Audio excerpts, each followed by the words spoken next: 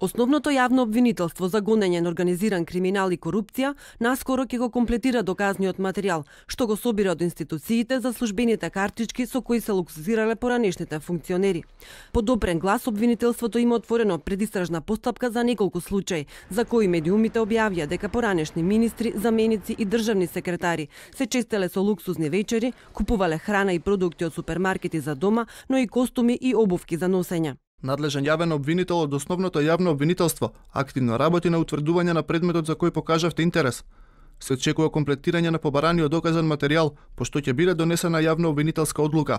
Од јавното обвинителство вела дека со оглед на тоа што се работи за предистражна постапка, согласно одредбите од член 289 од Законот за кривична постапка, сите действија што се превземаат со предистражна постапка се сметаат за тајна и во оваа фаза не можат да бидат споделени со јавноста.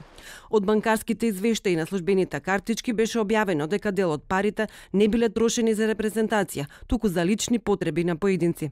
Освен тоа, во очи паѓа и податокот дека постојано се повторуваат едни исти ресторани каде што се јадело и пиело, што остава сомнеш дека е можно раководните лица од министерствата со дел од угостителските објекти да имаат премолчени договори за фиктивни трошоци, пари кои потоа можат да се извадат во кеш. Во јавноста беа актуелни трошењата во скапи бутици и спа центри на поранешниот министер и неговиот заменик во земјоделство Михаил Цветков и Ванчо Костадиновски, како и екс-министерот Диме Спасов, кој, освен од Министерството за труд, имал картичка за трошење на име на возач и од Агенцијата за вработување, но Спасов врати дел од тие пари.